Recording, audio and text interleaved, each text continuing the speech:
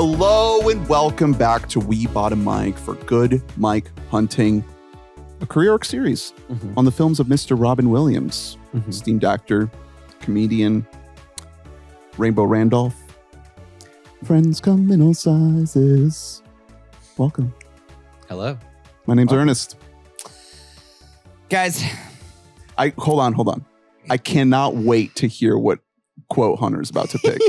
It's been bugging me all day. The anticipation. Guys, everyone knows I have over 300 songs, from the importance of the deliciousness of vegetables to the importance of donating plasma. And my name is Edward Norton Lover 666, also known as Hunter. Ahead of his time. Not the one I thought you'd pick. I know. I had to go with something a little bit You think deeper, he was going to do like the dick? Yeah. It's a dick and balls. Well, that, or I was thinking, hold on. Growing up, we used to play Cowboys and Indians. I always plays the Chinese Railroad. That was an awesome joke. It's so good. That was a great joke. Man, I cannot wait to talk about this movie. Who are you guys? Who am I? Don't fucking know. I am Mr. Jiggle Daddy. Which is one of the things that Robin calls a dick. I thought you were Smoochy. Yeah. So this is the second movie where Robin has like a list of euphemisms for a penis, right? Wasn't there another one? In what?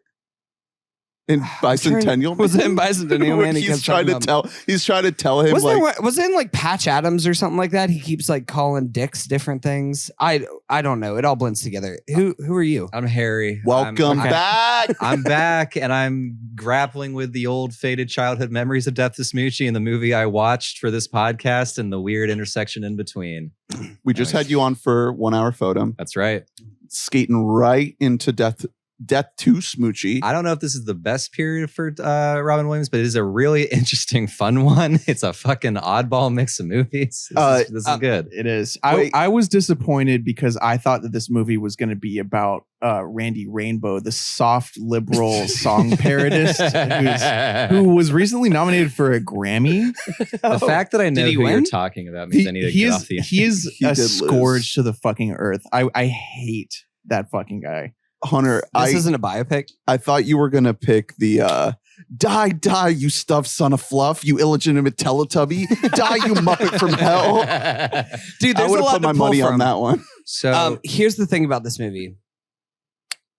What are you, blind? It's a cock. It's not a rocket, you dumb fuck. It's a cock. Look, it's a cock and balls, a dick, chorizo, and the huevos. It's big stiffy.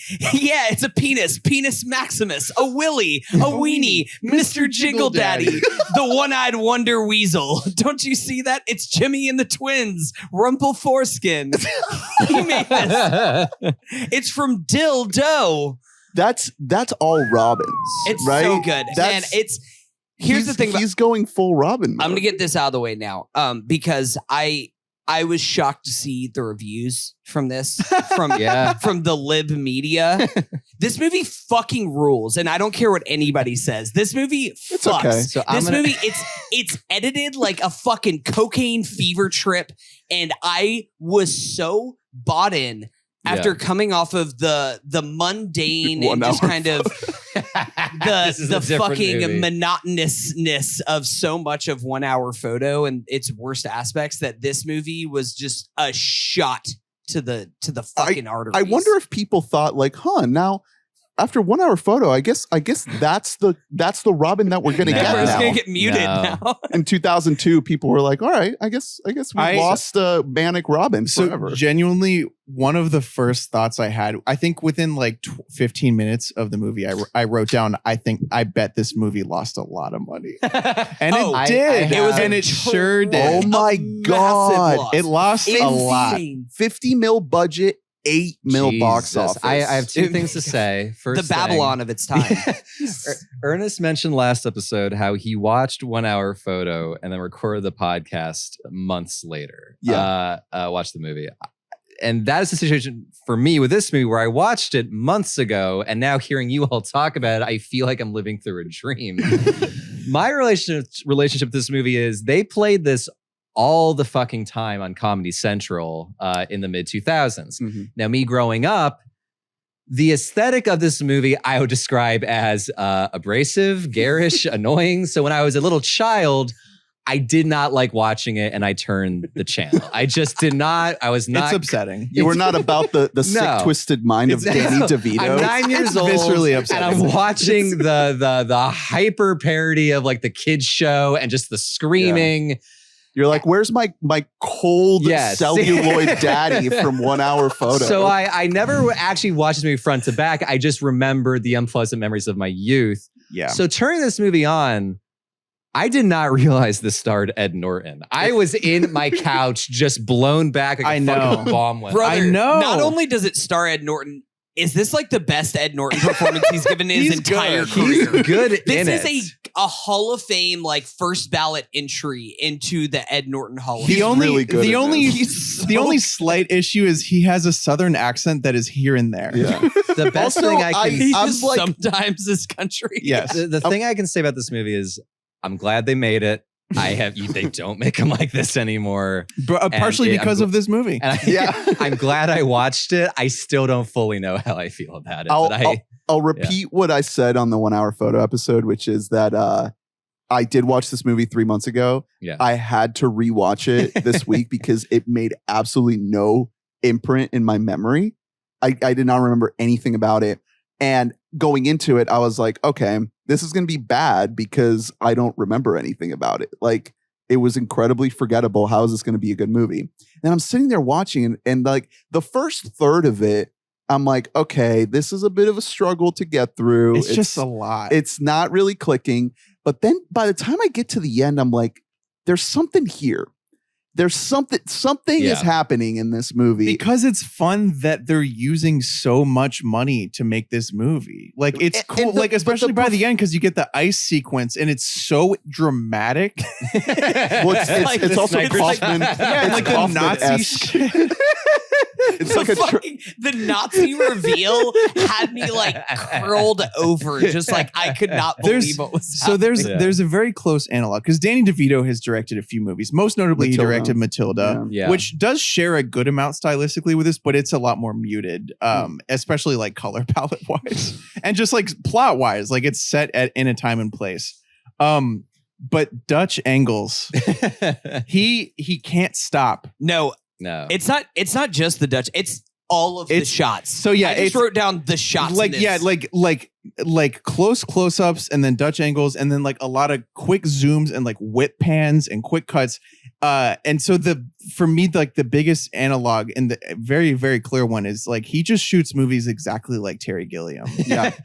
Like identical. Yeah, to Terry Gilliam. You can tell that is it's giving Fisher King. There literally is a thing in here where I just wrote down like he is Robin Williams is reprising in his role as the Fisher King as a homeless man. This movie has goblin energy. This movie just has all This movie is like you ate nothing but cotton candy for 3 days and now you've thrown it all up. But like that's what you're seeing. But also you're 15 and you hate your dad and you want him to fucking know it. Like, I just wanted to set the stage a little bit because this movie, I think 1 Hour Photo might be a little bit more widely seen. Definitely. It might be more in the consciousness. Well, this movie has a cult acclaim though. This was This was played on Comedy Central every fucking day in the mid 2000s. I never have seen this on Comedy Central. And I have a Letterboxd list of movies that are like actually super mids, but I've seen 100 times because they played on Comedy Central, including movies like Beer Fest, Accepted, Grandma's Boy, Van Wilder. I know this is not a scientific metric, but 1 Hour Photo has 110,000 logs or review whatever little eyeballs on Letterboxd.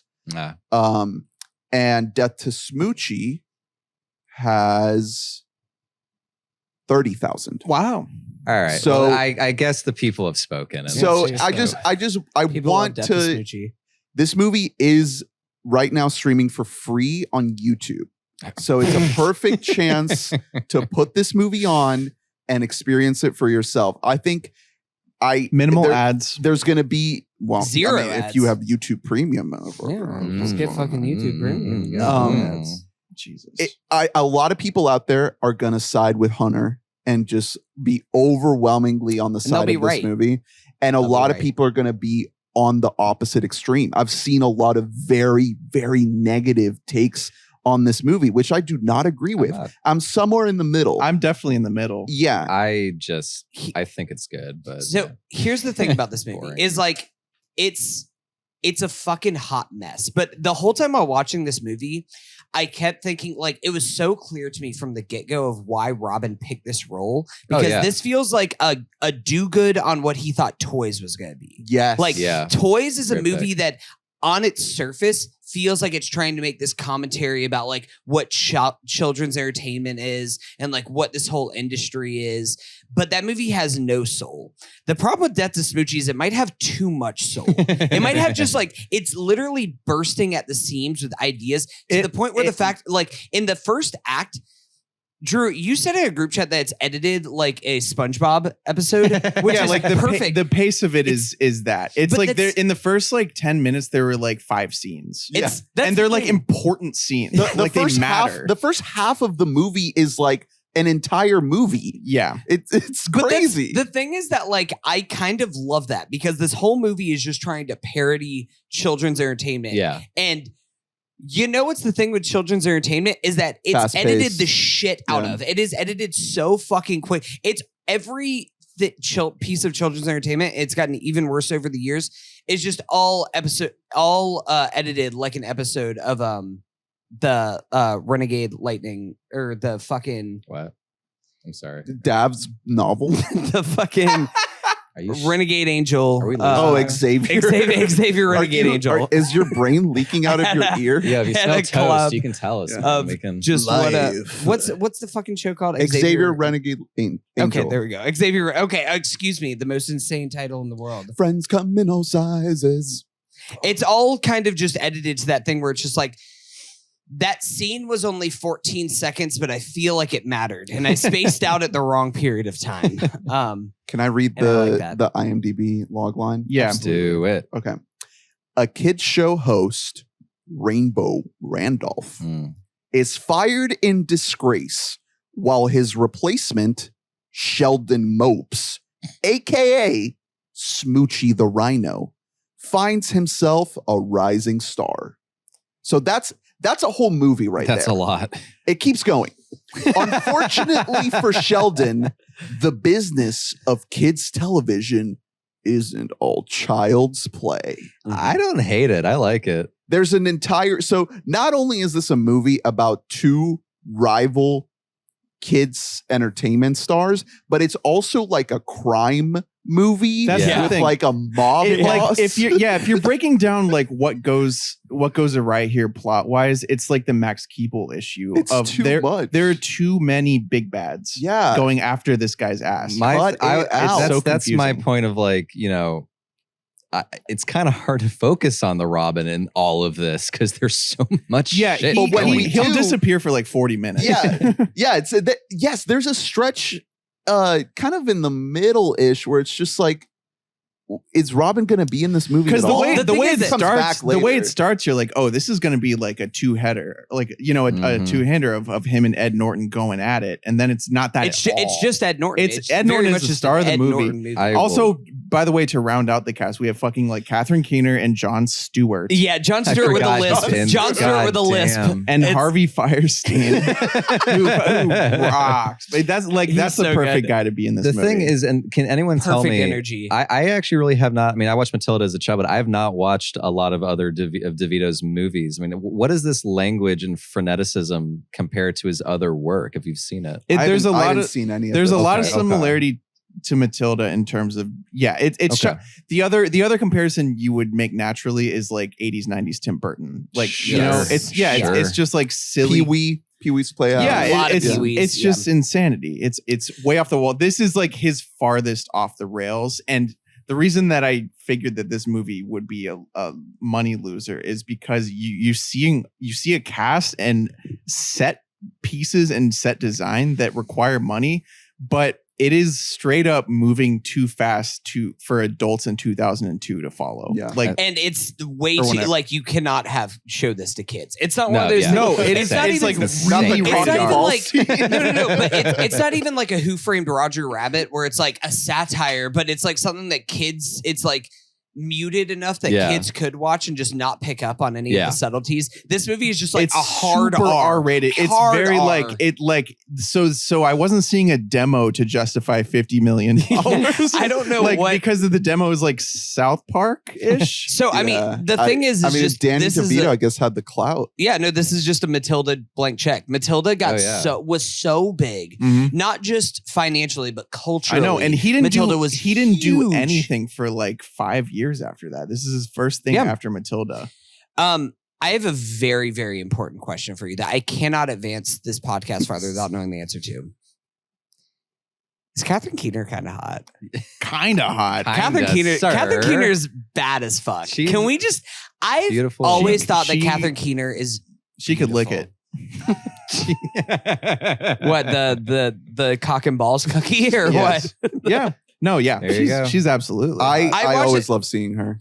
Gaia did not agree with me, so I just needed to check and see. Like, am I insane that I've always thought like Catherine Keener is beautiful? Bro, all my homies want to fuck Catherine Keener. She's like the mom we that all everyone watched. She's in the Being John Malkovich. Yes, thank you. She's very hot. Malkovich.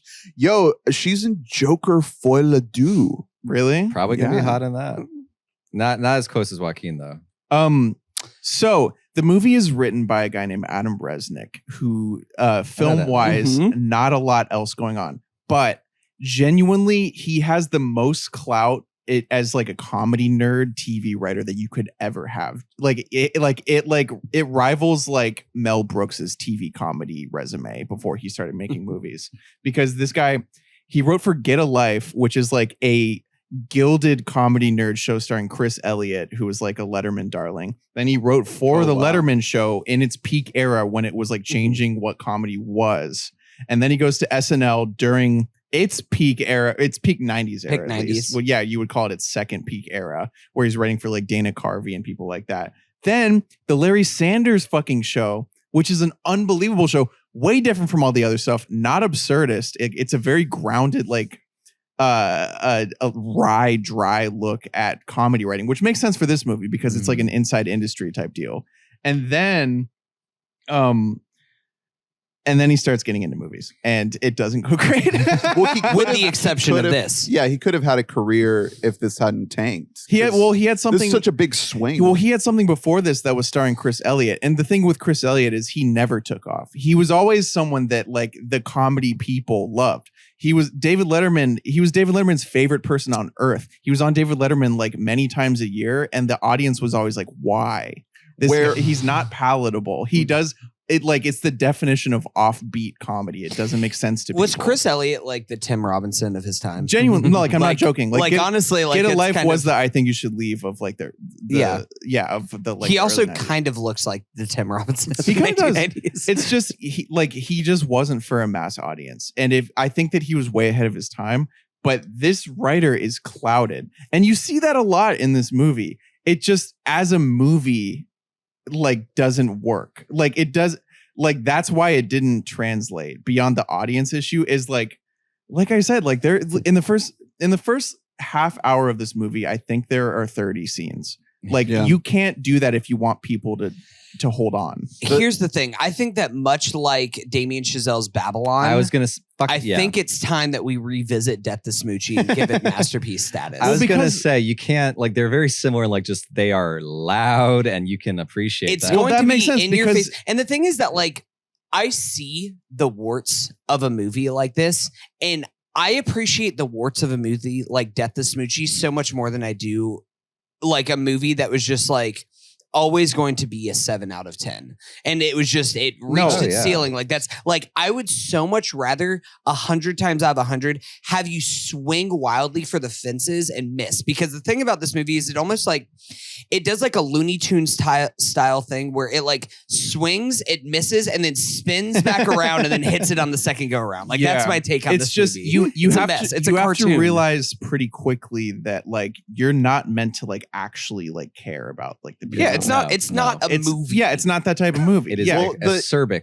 Yeah, you're not like these are cartoon characters. Like the emotional beats are all fake. Like you're not actually going to give a shit. Together. It's literally it's just pure. It is the fullest satire that you can go. The writing is so inconsistent. There's it's just all over the place. There's so many scenes that just don't click. I mean, for me, when it comes to runtime, like if you put this movie on like a premiere timeline and you were to highlight all the moments that actually like made me think this is genius, it would add up to like maybe 25% of the runtime. Like there's so much time in this movie devoted to things that like aren't working, that aren't clicking. But then you have these moments of like pure genius, mostly due to Robin and Ed Norton. That's really what's working the best. I do wonder, because I like this movie a lot more than when I was a kid. I do wonder if we're just more primed to appreciate just the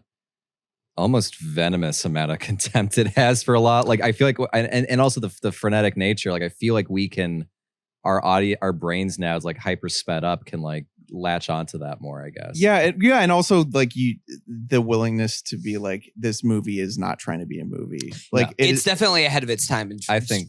Terms of like tone, very much what so. It's trying this to be. This is the perfect movie to like watch on your phone while you're doing something else, and then like look at it when it's doing something amazing. I cannot disagree with you more. I was going to say, I think this movie fucks. I think this movie rules. I think part of it is almost a victim of its time, where those parts that you're talking about, I think that everything that has emotionality to it doesn't work in this movie. I think that the third act is the weakest part of this movie. I like the ice. The ice is good. I mean, I like the zany parts of it. Again, but I think that every time this movie is like, oh shit, we have to make something for people because we have $50 million. We got to do something with it. I think that that's when the movie does not work. I think that why I think the bulk of this movie does work is because most of it is just kind of like disparate cartoonish ideas. It's like, yeah, fuck it. Let's throw the Irish mob in here now. let's have the fucking retarded former boxer in here. Oh my god, Spinner, who's just going to be in here and just like clanking a cowbell off. I think that guy was really funny. That all fucking he was rules. funny. That's like all of those little sequences of even down to just. I think the quieter moments work because almost all the quieter moments have Ed Norton in them, just saying the most insane shit you've ever seen, or putting he's a literal soy boy. I still cannot believe his fucking putting a soy dog with a spirulina and almond butter on his soy dog, or just fucking liquid alfalfa and his OJ as he's going there. He's like, yo, dude, this shit like hits, man. He's ahead of his time. It rules, man. Hey, it is a noble effort to go after big kid entertainment conglomerates and tell them no, you will not serve us high fructose corn syrup. The sheer contempt that this movie has for so many facets of this industry is like, of course it was off-putting to people, but you kind of have to respect it. You just do. Yeah, every other line that Norton's character says is just like a middle finger to kids being trained to be like capitalist monsters. But the thing is that like Ed Norton's character, like Sheldon kind of sucks too. Like he's like, it's a middle finger to everything, but he's not held up as this like messianic figure. Like this guy's really annoying. You know, like this guy, I guarantee you, Smoochy goes off the air within 5 years, and Sheldon's opening up the first kava bar in New York City. Like that is the future of this man. Like he's an annoying human being to be around. He develops Clear. Oh, yeah, a new biofuel. Every the glass frame onion. of this movie has been stamped with like the mid 2000s Comedy Central logo in my mind. They are hand in hand. That kind of just like rah! Like what was the edit on this? Like this must have been an intense TV edit. I remember there being a lot of silent moments. Yeah, silent moments. I remember. It's just Robin's mouth moving. Like there's nothing. It's so like the Smoochy costume. It's so garish. This whole movie is so... Wait. We all know that children love to see Barney but with the hole cut out so that you can see the guy's face. It's a human like that's something that children really want, right? They really, and I love that. And then meanwhile, I am clocking the fact that we have not talked about Robin Williams like fucking once, but like who was that show is worse. He's becoming this fucking gutter monster throughout the movie, just this disgusting creature. A lot of shots of his feet. I'm gonna say it. Yeah, and they're dirty. A lot of feet. Well, we all know from Always Sunny that Danny DeVito is like a feet guy. I just looked it up. I looked up this Danny DeVito joins Always Sunny 4 years after this movie. It's not a lot of time. This movie put him in director jail for sure. Fine. He made a more interesting turn. Are we ready for him to come back? Yes. As a director? I wanted. Well, he's directed Sunny episodes. Oh, that's right. That's right. Like he's done a lot like sparse TV here and there. Like he stays busy. It's just so much. It's like Bayhem, but for comedy. Right. With the way he's shooting. Glad that Hunter, you have such a positive opinion because like I feel like you're bringing so much more to this discussion than like there be otherwise. Because here's the thing about this movie is that it fucking rules. I think you guys are right that everything with Robin is kind of just like gross and dirty, but in a way that I think is like really, it's amazing. It's like I think that he is bringing like a lot to the table, and in a way that like this movie is so kind of all over the place and manic that I was just like, yeah, no, fuck it. Have him link up with Smoochy. It's kind of funny. No, like at the end, just like come together, be buds. It's funny. Let's make a show where the two of you are together. Who cares? It's weirdly comparable to 1 Hour Photo in my eyes, where he is still like he's still part of the tapestry. He's still like a piece of this broader movie. It's just that in this, the movie is like gushers mixed with battery. In order for him to blend into the background, he has to wear a rainbow jacket. Well, this movie has like false advertising because at least in 1 Hour Photo, it's like Robin Williams above the title and he's in almost every frame of that movie. Here, it's Robin Williams' first build, then Norton, then DeVito.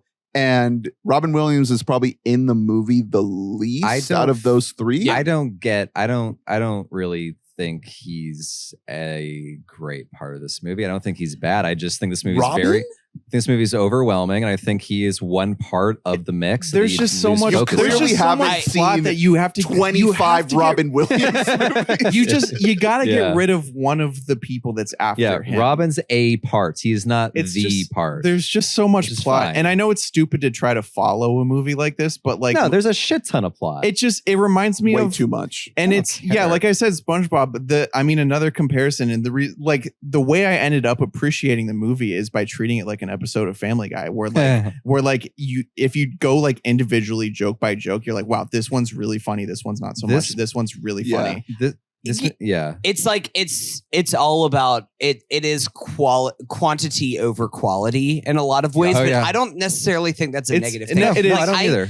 I think it's one of those things where, again, maybe this is just kind of my viewpoint that I had from the first 3 minutes of this movie. I was like, all right, I know the exact mindset to have. Like, I am on the wavelength of this movie where I treat it like really quick. You're like, oh, this movie's out of its fucking mind. Well, I treat it like something like They Came Together, where it's like, we're going to introduce another big bad. Yeah, this is like my ex-boyfriend from jail showing back up in the final scene of the movie. Like, yeah, sure, why not? Let's throw him in here. Remember that guy I mentioned earlier in the film? Michael Shannon with a sword. Like it's that kind of energy, and like that, I'm here for it. Don't ask me to explain this, but I feel like this movie inspired the cartoon Drawn Together, and I will not explain that, but that feels right to me.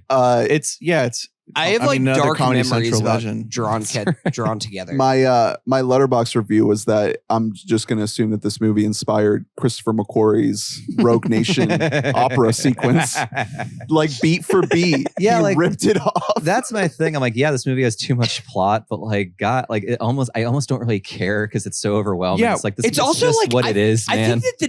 I think the direction is actually like excellent in this, which is probably a weird thing to say about this movie. Love this movie. No, because I think that like the way that Danny DeVito is shooting this movie is exactly the way that needs to be shot. The specifically, I'm thinking of the sequence in which in which Robin Williams is driving Ed Norton to the Hitler rally, but you don't know it's there. And the shots where it's the super close up where you just see Robin's eye and then Ed Norton behind him. That's a split diopter. It's like, it's so fucking cool. So many different shots of this. And then we get to the stage and it's so bright. The flood of white lights on him. Like, I genuinely was 100% sure it was going to be a Nazi rally. Like, I was like, yeah, it's gonna be. It was a Nazi. This has got to be a Coke movie, right? Yeah. Definitely. At least. It's just, if you're like, so much is happening that trying to follow it it's a moot point. It's stupid. I think an issue I had, because a lot of the movie, like, I was super on board with. I enjoyed overall, like, watching the movie. I'm glad I watched it. I think that a lot of intermittent time was cut by like producers, by the powers that be. You want to see like a director because the movie would more vamping. Well, release the DeVito it's cut. not that because if you were really to give this much plot, its credence, the movie would be like over 3 hours, which I don't want. I don't want that. Babylon. I want like a middle ground where I want a little bit of plot cut out, and then I want a little bit more time put into what we have, because I think a lot of funny sequences were made too short after the fact. And I think that that makes it feel a little bit stilted at times, where you're like, there's depth. This is a scene where, like, the setup costs money. All these shots are dynamic. Like, they put a lot of time into it. I know that there are more shots here. I know that there's more, right, and I know that it was cut. The way that we move so fast to the next scene, I don't think is always like an intentional choice. The pacing. I don't think pacing is. I think it's so like, I think sometimes it is a choice and sometimes it isn't. You know what I mean? Because during the, like, quote unquote emotional beats where the movie, like you said, Hunter, where like the movie feels like it has to, like, do those things. Those are the scenes that, like, a producer would say, no, play the whole scene there. And they feel way more normal. Like, the romance between Keener and Norton. They feel as shot. And it's still zany and it's still silly and it's still shot really wild. But it feels like at a natural pace, like, as a director. Like, he didn't have to, like, cut half of the shot just to move on to the next thing. Because the movie still ends up being like an hour 45. And I think that there were things cut that would have made it better. I do wonder if there is if they had very strict guidelines. And is this Warner Brothers or is this Fox? I can't remember who. It's probably they saw the final cut and they were like, what the fuck? No one's gonna. Yeah. It is. So Warner. they were like, you have to cut this movie to get down to 145, but you are not allowed to cut any of these scenes. These 4 or 5 scenes have to stay exactly as they are. Exactly, because it's like in the first, just the way it begins, like, you can tell already, because it's like they're introducing Robin like he's going to be a very important character. You see, like, I don't know. I didn't necessarily get that from the Robin introduction. You see the rise and then the fall of him. The fall of him is you get enough time of him falling as if you're supposed to already care.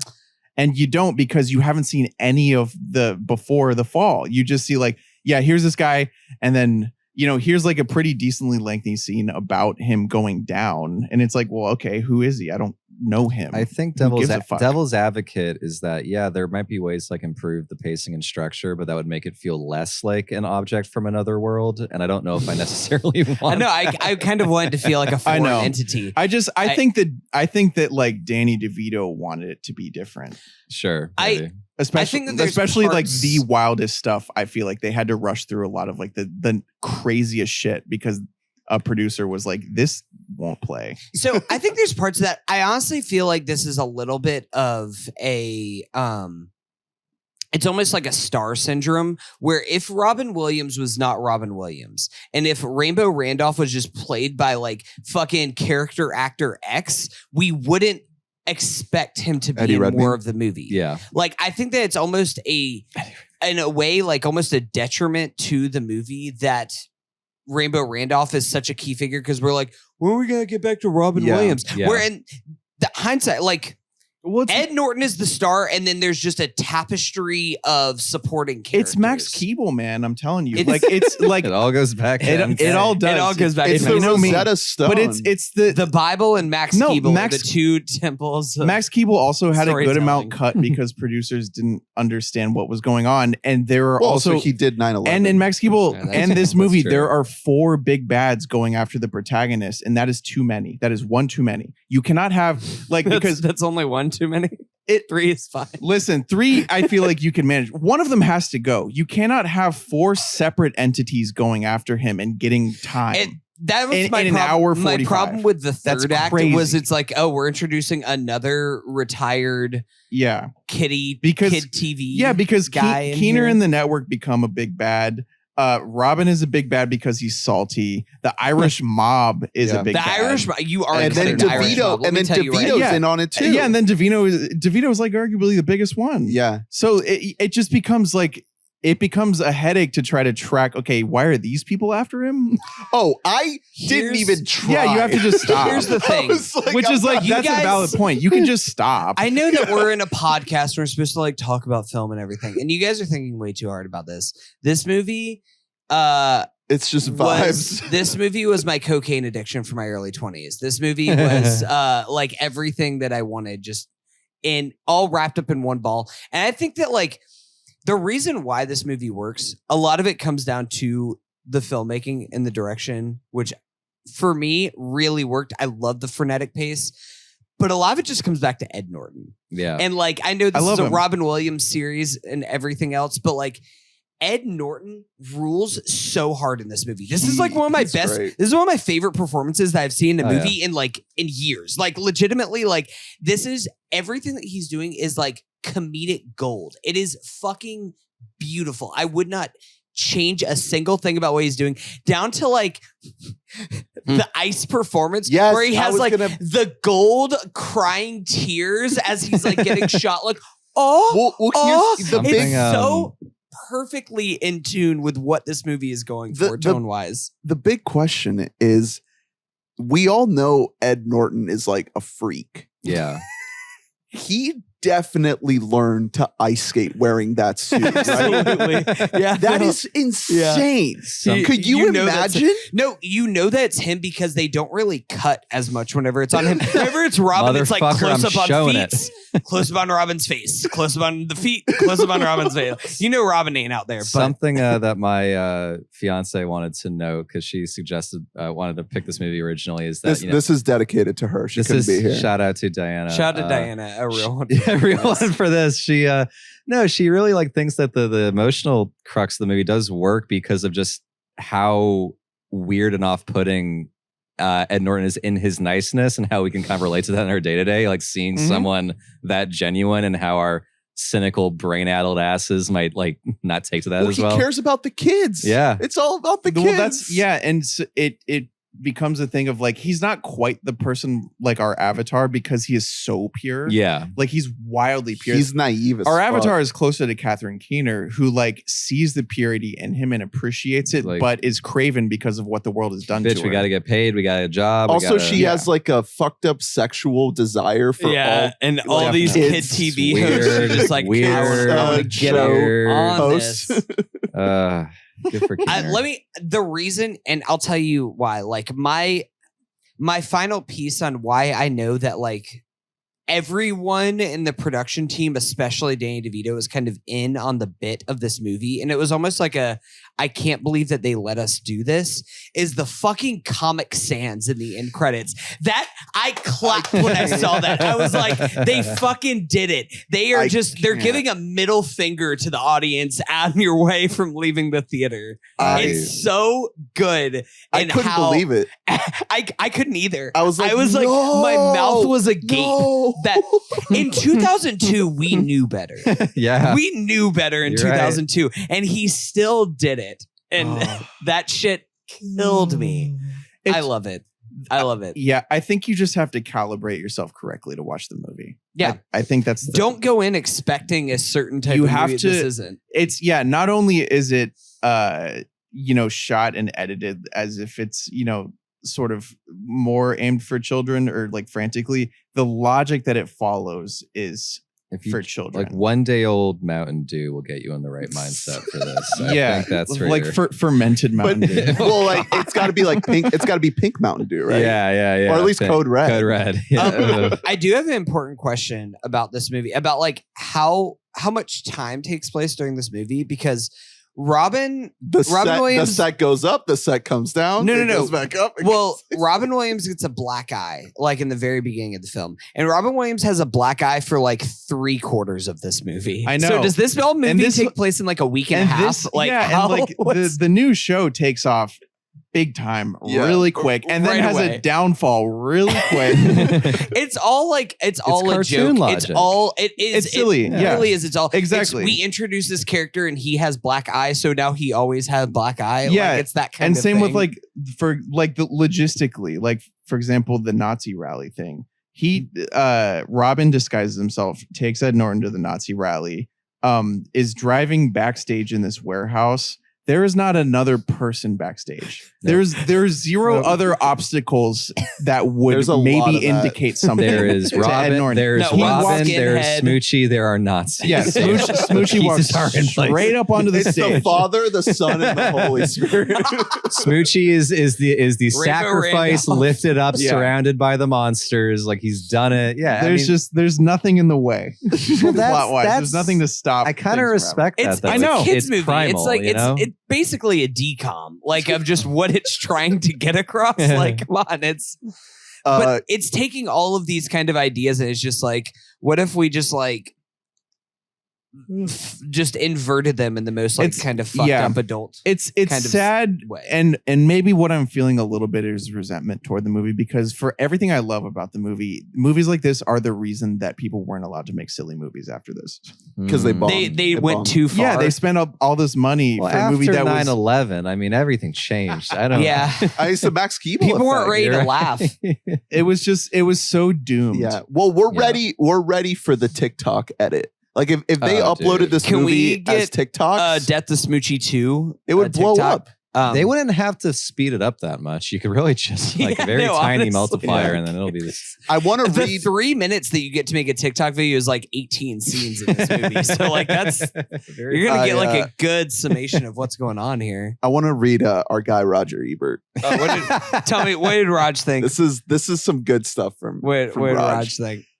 He gave the film an extremely negative review. Okay. A half star. Yeah, listen. So here's the thing: we all miss sometimes. Right? Like he was getting old. He missed. Yeah, honestly, he also was grading it on the rubric of it being a movie, so and it does fail really hard at that. Half a star is the same rating he gave to 2001: A Space Odyssey, right? So these are the same thing. Yeah. This is what he wrote: only enormously talented people could have made Death to Smoochy. Those with lesser gifts would have lacked the nerve to make a film so bad, so miscalculated, so lacking any connection with any possible audience.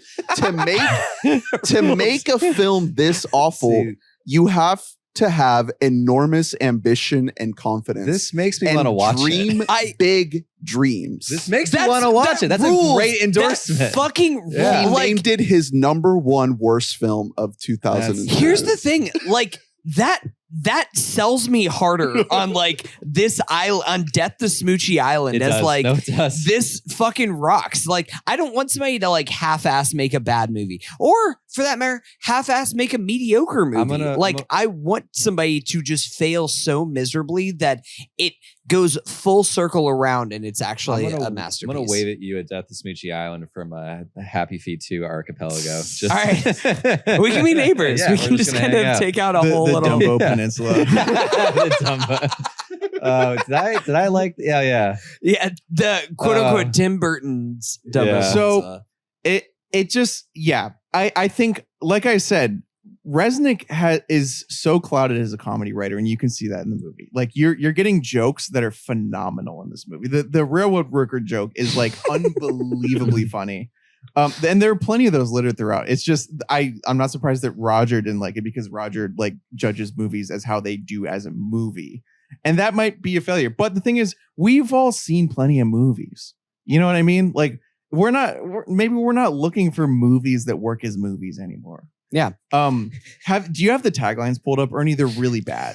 They're really bad. I wanted to read some of the Robin quotes. Like he has all these ad libs, like they can't be from the script. They're too good. Yeah, well, cocaine can take you to magic places, man. You can see God. I mean, between the quotes for both of them are incredible. I do want to shout one other thing that it's a written scene.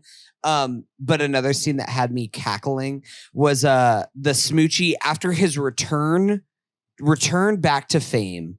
Because the thing is that Smoochy falls and then rises back up, and you pause the movie and you're like, we still have 35 minutes left, which rocks. I think that's great. I think more movies. I'm a big proponent of make movies longer. I've been saying this for years. But his first show back, we get the whole thing of like him yelling and like, oh, you just gotta like ground let out. And then we get him singing the stepdad song. Yeah. Your stepdad isn't mean. He's just adjusting. That was so funny. And if he's abusive to you or your mother, what are the magic numbers? 911. That was a great so good. Joke. That song was so good. Funny. He's just adjusting. He's not mean. That was great. Adjusting. I loved when such a funny line. When Buggy the assassin, the whole sequence at the end is funny where he's like falling asleep while trying to shoot. You know, the narcoleptic methadone addict. So then when then you get the POV shot of the sniper scope, and it's like he can't aim. And then when he's falling to his it's death, really like the original iPod Touch games. I never saw Venice. He literally falls and dies on the ice. Yeah, he just splats. The whole ice show is funny because it's so melodramatic. Yeah, you know. Well, it's a Kaufman. It's a Charlie Kaufman movie. Yeah, it's like what it's like his whole life. The kids are really gonna want to see an ice show of like the actor's story of him being Smoochy with like Nazi flags like descending. That's what happened. I know, but like you don't do that. Like imagine if the kids went to see like Barney on Ice and it was like about the actor playing Barney and like how he got framed for being a Nazi. A lot of little people in the movie, which I guess, you know, we can say that's okay because it's directed by Danny DeVito. A dwarf. Yeah.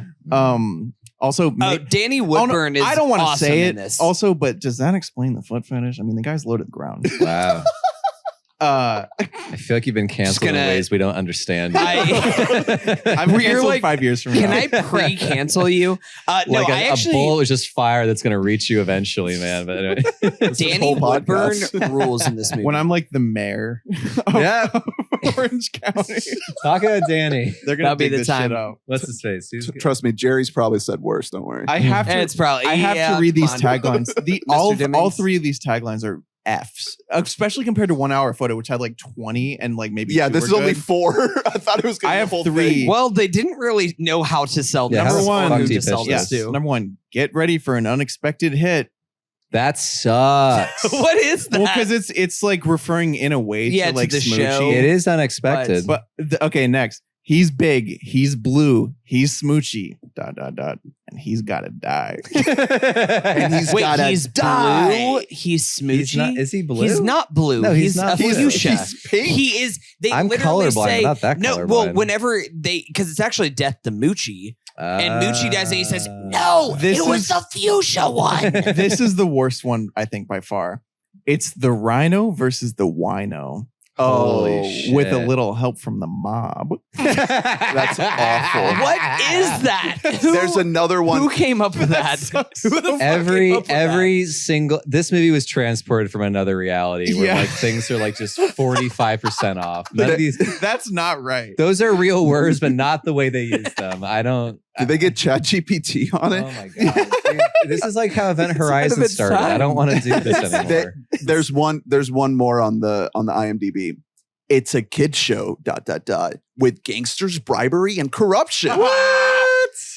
That's so wow. Man, they really had the B team on this. To be fair, one. that is like they're just trying to get it across. It's this and this. Who do we think? Yeah, they literally just need to be like, this is fucked up Barney. What? That's all they have to say. What like 16-year-old interns at Warner Brothers they have writing these taglines because they're like, fuck this movie. We want to forget this ever existed. This is basically a tax write-off for us, this movie. You know, a secret's worth 1,000 lies, or the fuck 1 hour photo had is also pretty bad. Or a photo's worth 1,000 half-truths or whatever. I think it was Bardo's. I think that was Bardo's. A false chronicle. Wait, is that Johnny Bardo That's quote? John Bardo's favorite quote that we all remember. John Bardo's always out here saying like, Joseph Bardo. The rhino versus the wino. Why the wino? Is it a big plot point that he's like a lush drunk? No. Yeah.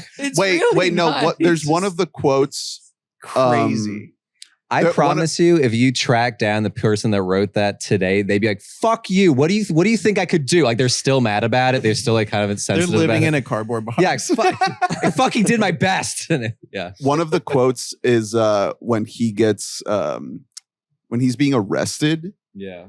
My name isn't Wandolph, it's Randolph. Somebody touch my ass. Get away from me. Don't touch me. I've been shot. I'm bleeding. Somebody touch my ass. He just kept on saying stuff when he was getting arrested. It's funny that like for this stage of his career, Rob was like, 1 hour photos being understated to like the 10th degree. For Death of Smoochy, I just want grime. I want filth in everything I do and looking at.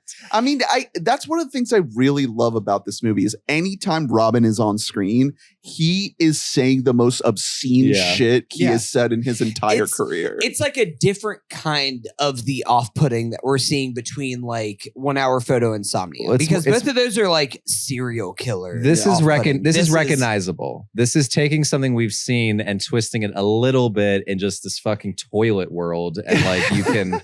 Well, the fact that it's Robin Williams has so much novelty to it because it's like he has garnered so much acclaim throughout his entire career. People know exactly who he is, and he's just going to take that and just throw it in the garbage and be like, I'm going to be the most despicable garbage person you've ever seen. He's just gross. Like it's just a grimy, grody looking even human. Like whenever he gets spruced up at the end, it's like, I don't want like my fucking kids being near this guy. Like I wouldn't have a briefcase of money for this man so that he could put my child up front and center for his show. It's a wild movie. If you're in the headspace to watch it, you definitely should. You know what I mean? If you're like, oh, I just want to watch something that is, like you said many times, Harry, it's from somewhere else. Here's another from somewhere else. Here's another quote from Rainbow Randolph. Do not start with your magician's tricks, young Moses. I'm a pharaoh and you are my slave. And this is my kingdom. Yeah. Do you have the quote from Sheldon's answering machine whenever at the beginning of the movie?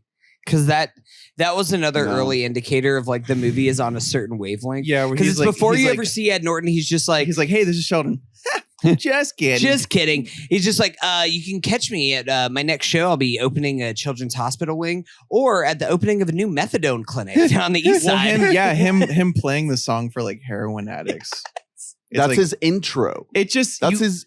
I think. Oh, we'll get you off that smack. Yes, we will. I think because like reading the plot, you might think, oh, this is going to be like a very like a sort of like grounded but absurd, like acerbic like takedown of industry, and it's not. It's just like silly, crazy, like poop. You know, it's just nonsense. It's taking a visual style that's already unsettling if you're not 7 and then making it like just even more unsettling to look at. Like Robin Williams looks like a predator. As Rainbow Randolph. When he becomes like the more so does Ed Norton as the rhino. Yes. The full face of makeup they give him of like when I was a kid, cakey foundation. I did not like watching the faces on the screen when I was a kid. I was like, I don't want to. I'm not supposed to be watching. Yes, I really. I'm changing the channel now. Like I do not like seeing what is on the screen. You know. I never saw Finnis. A couple other tidbits. That's funny. That's good. A couple other tidbits from the Wikipedia. So in the DVD commentary, DeVito says that only one shot in the movie shows the Twin Towers, and no changes were made after the. Most of the commentary is about the Twin Towers. Yeah.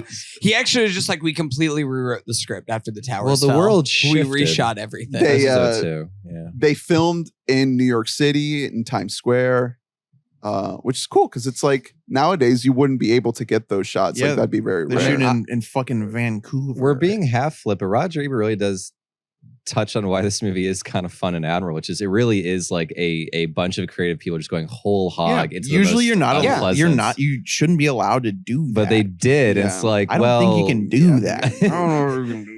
Also, Robin Williams won a Razzie, or was nominated for a Razzie, but lost to Hayden Christensen for Star Wars Episode 2. Hayden bringing the loaded goods. cat that year. That category. This movie was made the same year as Star. Man, this movie looked like shit. I'm sorry, I'm sorry, Hunter. Don't. It just looks because old. because the fucking prequels look so goddamn good. It looks those like have aged so well. It looks like it looks like an 80s movie. It looks like I mean, it's a Coke movie. It feels like an 80s movie. It does feel like an 80s movie. It feels like Toys. Yeah. And but it's better than Toys. But the thing, way better because Toys isn't funny, and this is funny. So Toys it's is not even sleepy. It's not even. Yeah, it's not even like Toys is on like Toys barbiturates. Yes, it's Toys is on Ambien, and this is on cocaine. Toys is on it's not just cocaine. This is more than cocaine. Toys is on Quaaludes. This is on like fucking bath salts. Is yeah, what this there's movie is on. something Like there's something cut wrong, like fake acid. There's something going on. Yeah, this is on research chemicals. Like, That's it. Yeah. Fucking,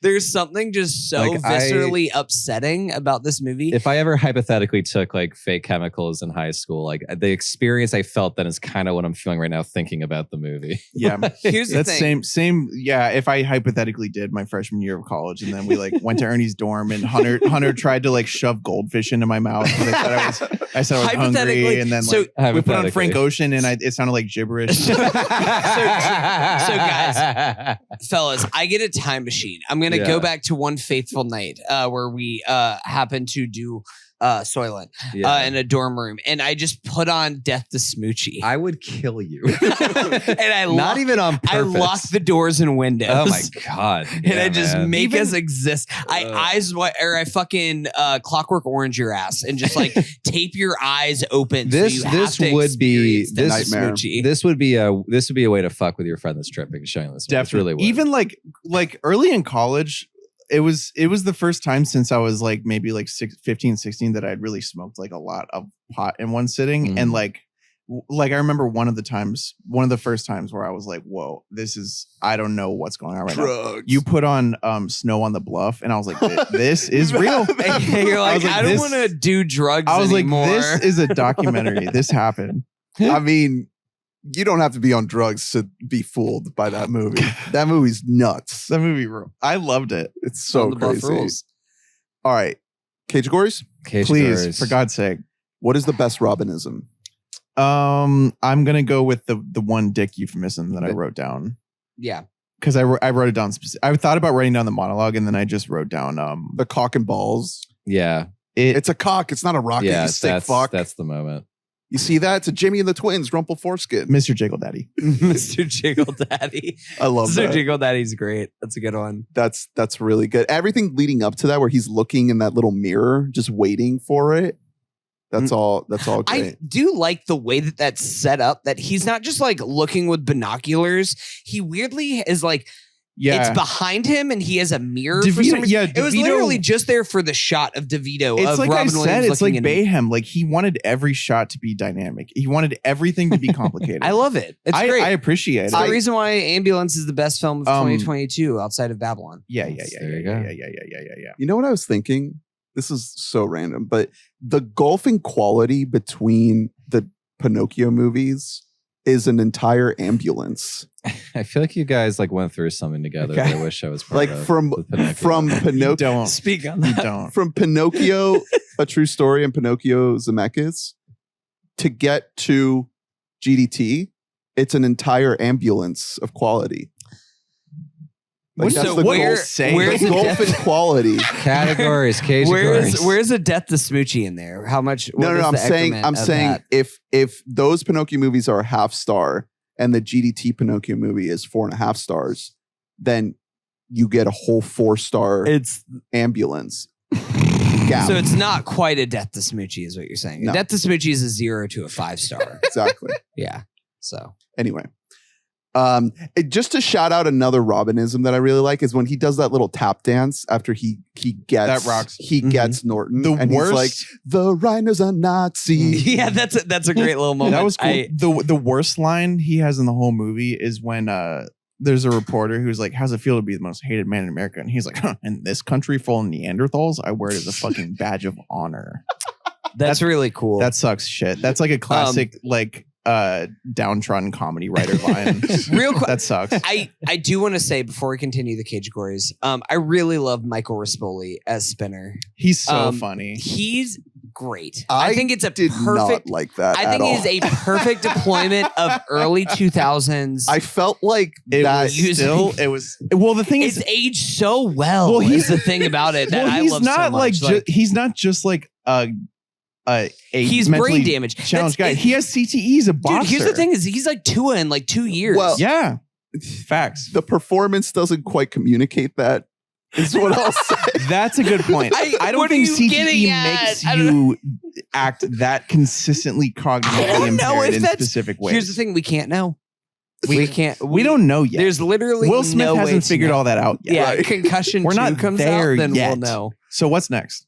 Best moment for Robin or for a movie?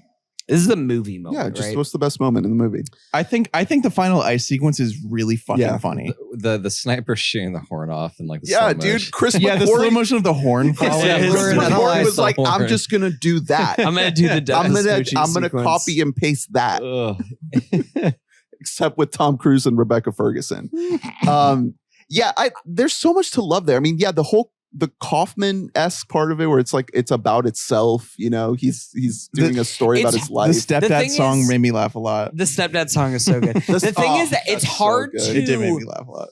I think the ice sequence is the best scene of the movie because it's the most of a scene. It's the culmination of everything in the whole movie. Not only just it's taking itself so serious. There's so very many. Funny. There's like a dozen little moments that I love, and each of them are like 12 seconds long. Like they're all just like little scenes, and I like that kind of freneticism. I want to direct, but I didn't.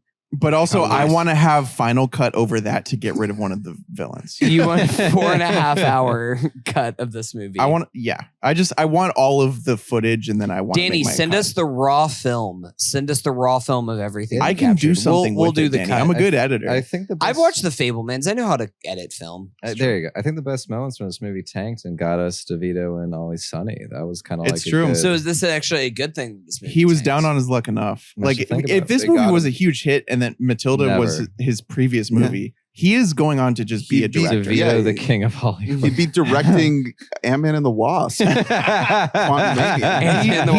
Favreau. Oh my God. The DeVito spawned MCU. He made Lion King. But could you guys imagine if instead of John Favreau showing up in all these stupid movies, it would just be like Danny DeVito just like difference, waddling in like, hey, come on. Mr. Iron Man. The difference is just like a foot and a half. That's it.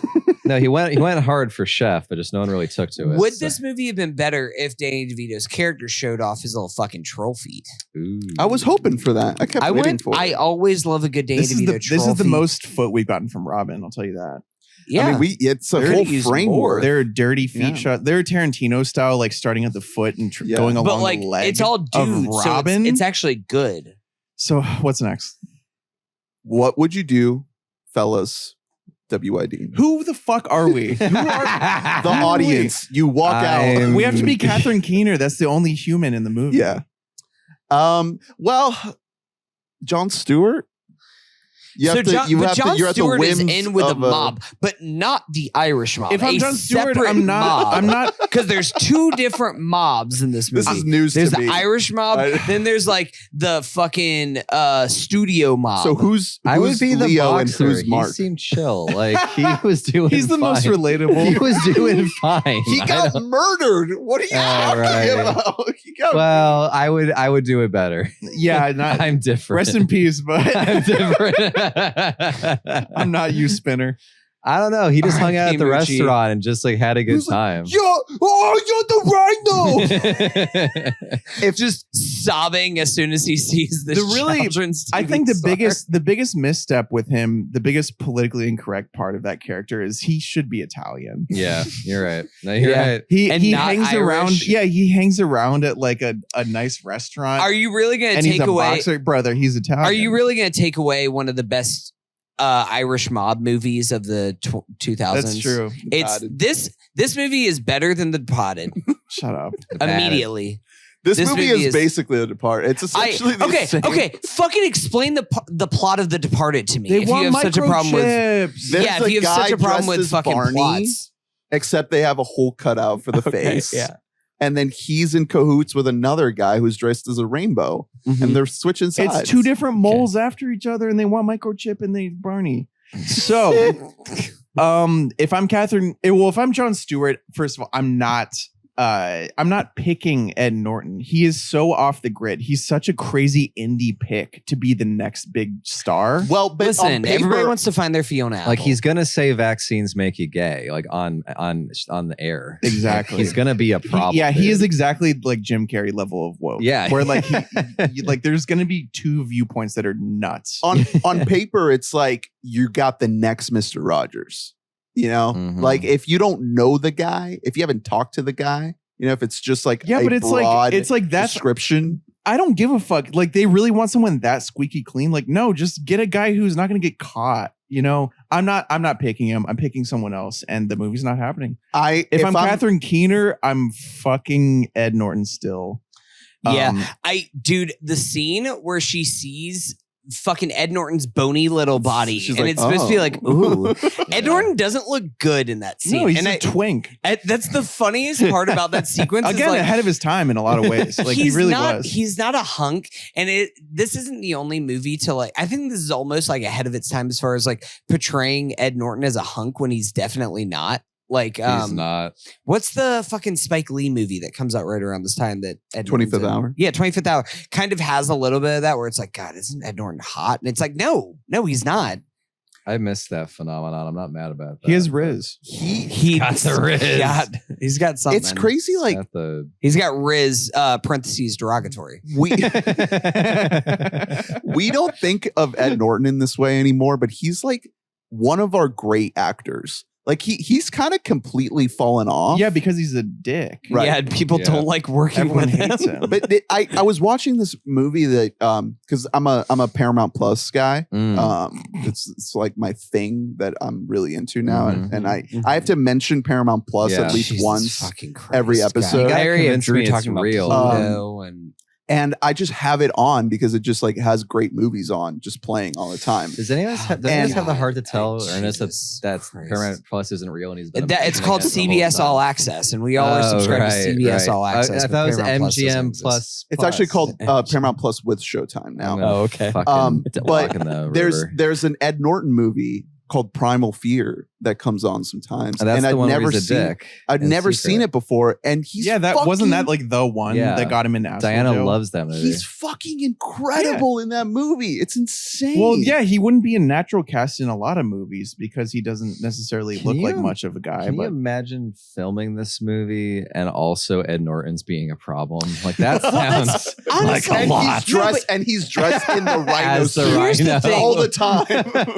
I almost wonder if this movie, because maybe it's just me projecting on this movie. I feel like Ed Norton was probably fine on set for this one. It feels like he is in the wavelength of what this movie is trying to be. Once he takes off that suit, though. It's a problem. I think there probably just wasn't time for him to be a dick because like it was probably genuinely a situation of like, oh, the studio has seen the dailies and they have cut the amount of days we have to shoot because they know. They know. They were like, that's what happens. Danny with was just like Ed, if you keep talking when we aren't filming, I'm not going to let you have any more of this blow. Okay. Like you've got to, if you want to. I mean, I'm sure DeVito is good with people. You know, I'm sure DeVito. Honestly, good with kids.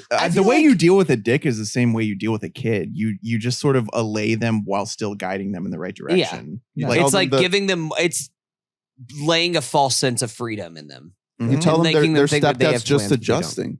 He's not me. He's just adjusting. All right. What happens the day after? How does this movie end? So they have a show together. No, so Don't here's they the thing. go to prison? No, they have a show together. Yeah, they have a big show together. sequence. Here's the thing. Robin Williams is still skimming off the topic, does get arrested again, like very shortly after this. Almost immediately. I think that's he takes another briefcase of cash. I think Smoochy goes down with him. The world, the camera pulls back from the earth to the aliens observing their fake reality, being like, all right, the experiment's done. We've learned all we can. And then they erase it all and it's the Men in Black. I think that this is what Bernie Sanders America would look like. And I think that we should embrace that. Yeah, a bunch of soy hot dogs. This is what Kamala Harris's America looks like. Okay, Kamala wishes she was that cool. Come on. No, it's what would have her America is like RoboCop. This is Shaun White's America. I don't. This is watching the X Games. And Ed Norton's homemade snacks tasted like when he's like, we're not gonna have any sponsors, and I'm gonna make all the snacks for the ice show. I don't want to insult you, Ernest, but I think we know. Is it like the cockroach blocks from Snowpiercer? Yeah. It's that fucking the unsalted pretzels and it's not good. Good Robin or bad Robin? Yeah, why not? What's the problem with Robin? Robin's great. You know, solid. I think Robin's great. He's killing it. He's playing a piece of dog shit and he's being that guy. So many obscenities. Yeah, I think he's good. That's my brain totally just had a heart attack. You can say this is bad, Robin. You were not. If you're not a fan, then no. I feel at a disadvantage with my lack of connect. I enjoy his motor mouth thing. It doesn't blow me away. So I'm like, this was solid. He was good. It's okay. A lot of critics were really negative on Babylon too. So it's wrong. okay. Some people are wrong on things. A lot of critics were negative on Jesus Christ. That's true. They did not give him good reviews at the time. Roger Ebert hated Jesus Christ. He gave Jesus Christ half a star. It's crazy. I need to look up if he's Jewish because then I need to retract what I just said. I'm not trying to say anything anti-Semitic. Isn't Roger Ebert from Chicago? I don't know. Not that I would think he is just because he's involved with film. I'm not saying that either. I'm just thinking about Chicago. I don't know. Are you thinking about the dynamics of Chicago? Am I finding new ways to be anti-Semitic? It's not Roger Ebert. I mean, now Siskel. Siskel. That's a whole other story. We got to talk about that on Roger Ebert rules because he can hate a movie and write the best fucking review you've ever read. He's the best. That's why he's the writer. fucking king. Is that he writes a half a star review and you're like, I want to watch I'm intrigued. I'm intrigued. I agree with him when I fully disagree with him. Yeah. He's such a good ass writer. There's a whole category of critics who I often disagree with their takes, but God, do I love their writing. David Ehrlich is kind of in this category now where most of the time David Ehrlich's favorite movies I do not agree with, or the movies that he pans, I'm just fine. I give more time to. But you just got to respect the love of the game. Yeah. No, Roger, I love it in Godzilla. They give him, the mayor, the Siskel and Ebert names, and then Roger was like, yeah, it's funny. I don't know what to tell you. It was cute. I do love about the Matthew Broderick. Yeah, dude, the Emmerich movie. The Roland Emmerich movie. Mayor Ebert and his assistant Siskel, and it was Roland Emmerich talking shit about Ebert, and he's like, yeah, it was fine. I liked it. What do we think that Roland Emmerich's version of Death the Smoochy is? A lot of explosions and things falling out of the sky. Less cool. Okay. How many Robins out of 10? I mean, it's up 5. there. 6. Well, intensity. Oh, right. Is it intensity or is it warmth? 7. Is it intensity or is it warmth? It's and/or. It's whichever is in the movie. The mania is at a 9. Yeah, the mania is mega. Fucking crazy. He's not warm, but he's not supposed to be. So it's just the whichever Robin they paid, and they paid Manic Robin, and he's giving 9. I'm honestly willing to give this a 10. Just I don't know if we're gonna Mania is a more unhinged Robin. You're it's Robin also aficionado. I mean, this is if you're talking about the mania to the warmth, that's just huge. It's poles of each other because also Robin's just shows up at Catherine Keener's house and is just like, hey, baby, lay it on me, honey. And it's ew, what the fuck is this greasy ass homeless man showing up at Catherine Keener's home now? I mean, the cock and balls monologue alone is an 8.5 minimum. What's left? I think it's a 9.5. What's next category? Maybe a 10. We're done. It's the recaging couch. This is the last one. Recaging. Where's Nick Cage? Nick Cage is skin anywhere. You could movie. pick any fucking role and he'd be it. Genuinely. Literally any role. I love Ed Norton. I'd love to see Nick Cage do that role.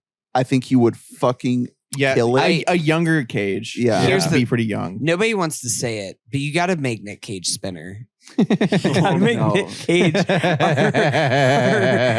our mentally affected. What about Jon Stewart? Irish friend? He'd be good. I see. Jon Stewart's like kind of the closest thing to a straight man. You got to give him the exact same wig. The wig is not the same lift. He could make that. He could make that. Got wig the same work. list. He would look good. He could do it. That bowl cut. Yeah, I think he got it. Do you think that if this movie would have been a bigger hit, we wouldn't have gotten the Daily Show? Oh, was the Daily Show not happening in 2002? Didn't start in like 04-ish.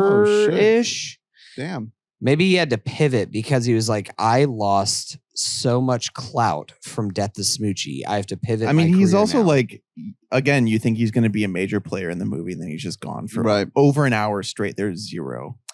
And then in terms of who else could do the Robin role, I mean, I want to believe that a lot of the craziness is not in the script and it's just Robin going off. So if you put someone else in there, you know, if you put I don't know, Matt Damon. Oh, Jesus. You know, it's just going to tank a Tim Allen, you know, it's just not going to work. Tim Allen in this movie, Jesus Christ, man! If the politics of this movie didn't age, Adam Sandler, then Jesus, Adam Sandler not gonna is be the same. Adam Sandler is a different type. Adam Sandler is almost like taking this movie more in like a potty humor direction of like we're gonna go more into like the dumbed down version. If anything, I think that one other reason why this movie struggles, where a lot of Adam Sandler movies of this era are still thriving,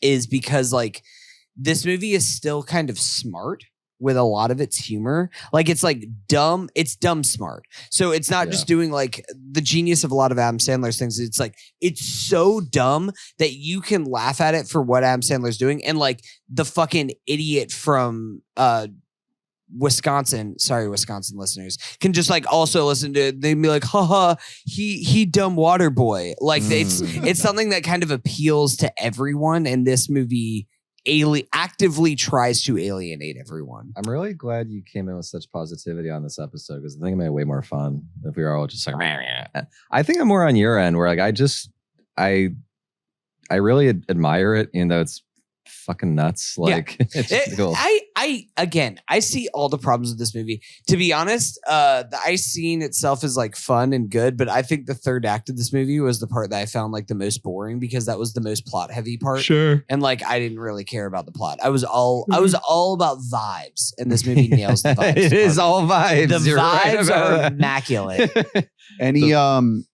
Any alt titles? I think Death to Smoochy is a good title, personally. It's as good as fucking anything. That's what are you like, supposed to call this fucking movie? Death to Smoochy feels the Rhino Parted. Okay. Speak on the that. rhino versus the wino. Versus the wino. We have such delicious sights to show you, or whatever the fuck they call it, like the Hellraiser monsters. Life to Rainbow Randolph. Death to Smoochy is the right kind of like dramatic and silly. It sounds like it's going to be like Death to, and you're like, oh my god, it's like Smoochy. It's a good title. It plays into the entire culture in the early 2000s, which was everywhere. It was on the internet of like, dude, what if you like blew up Barney with a bazooka? Should we call it Bill Clinton's America? Yeah. Would this have been made if HW got reelected? I don't think so. I think this is Bill Clinton's. This was written in a time where it's like, man, our president, he plays the saxophone and he fucks his secretary. That's two things. Those are two things about my president. My brain is and draining. He gets on ice and flies on wires. Did you in guys? A beautiful finale. Have you guys ever been to an ice show? Hell no. Why the fuck?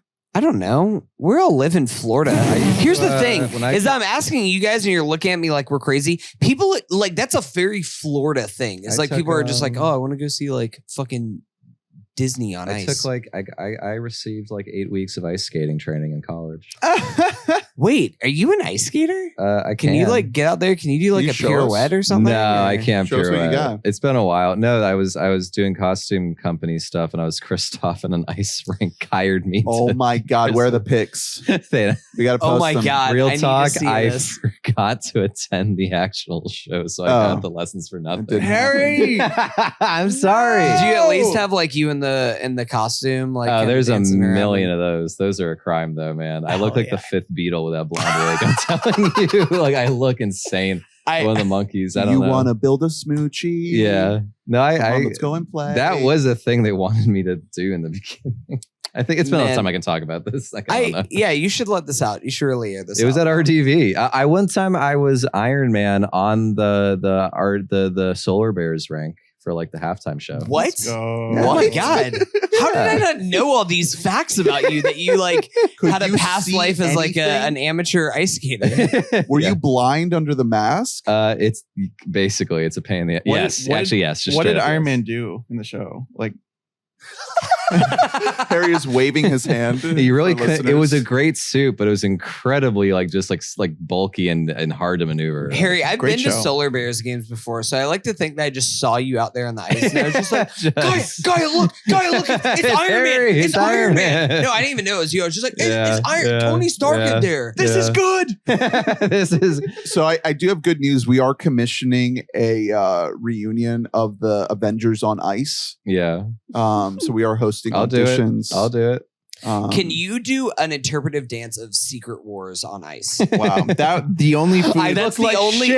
Here's the thing. As they pirouette. That's the only way that I'm going to watch it. the only food that you'd be able to get for concessions there is soy dogs. Soy dogs with almond butter, baby. I am mid in visual form as I like do like the fucking Any- little skid. Any final thoughts on Robin? I'm gonna say no for the group, and Here's the thing. I'm good. I have another 45 good. minutes. I here. will- Let's keep this. I'm gonna going. order a no for the table, and we're gonna wrap up. This movie's great. I think this movie might be a masterpiece. I think this movie should go in the ranks with The Shining and Babylon. and Babylon and The Whale for greatest uses of the Bible in filmmaking. Was Babylon your number one of last year, Harry? Yes, it was. I retroactively am making Babylon my number one. I think Damn. that And movie- number one of all time. Tom is right there. He's looking at That you. Well, here's the movie- thing: is that you got it. It's so fast of a cut. It's not even a frame. But Tom Cruise is actually in the end of Babylon because the end of Babylon is the end of everything Right. and the beginning of everything. That's true. And all of time. Thank you all for listening. What are you doing with my Thank- fucking computer? I like the Please case, rate, so I was starting to play review, with it. subscribe, like, and comment, and let us know what you thought of Death to Smoochy, streaming for free on YouTube as of this recording. Check it out. That means it's good. Only the good ones stream free on YouTube. No one's trying to get money. You know it's good when Warner Brothers has a streaming service and they're like, we're good. No. Let's get like half a penny you from guys like, keep that from one. like a vacuum ad that plays 4 times. You're fine. Visit weboughtamic.net to see the full archive and sign up for new episodes delivered in your inbox. Join the Discord and donate. Thank you, beautiful donors, for donating and making the show possible. And you're welcome. Keeping our ice rink spectacular alive. I'll lead. I'll take point. Next week. If I will say the sickos who listen to this pod, I'll recommend the movie. Like Yes. y'all are gonna want to watch. Mhm. If you actively seeked out a Death to Smoochy Yeah. podcast and you've listened for an hour and a half, then What's next week? hit me up. Insomnia. Let's go. The Chris Nolan Insomnia. That's a good one. And then beyond that, robots, RV. Fuck, this is And guy then about robots. it's like we're like on like a little bit of a hiatus. It's like bam, robots crashing back down to earth. And Oh, our God. Oscar predictions. Yeah. So we'll be locking those in. Thanks again, Harry. So glad to be here. Thank you. This is a fun one. I hope to have you on again soon. Yes. Hopefully not another year and a half wait. We gotta I hope so. put me in the Tom Cruise pod. That's definitely happening. It's happening now. Maybe. I'm making Just this put it on happen. air just to get this going. Making this happen. Thanks for listening. We love you. Bye. Bye.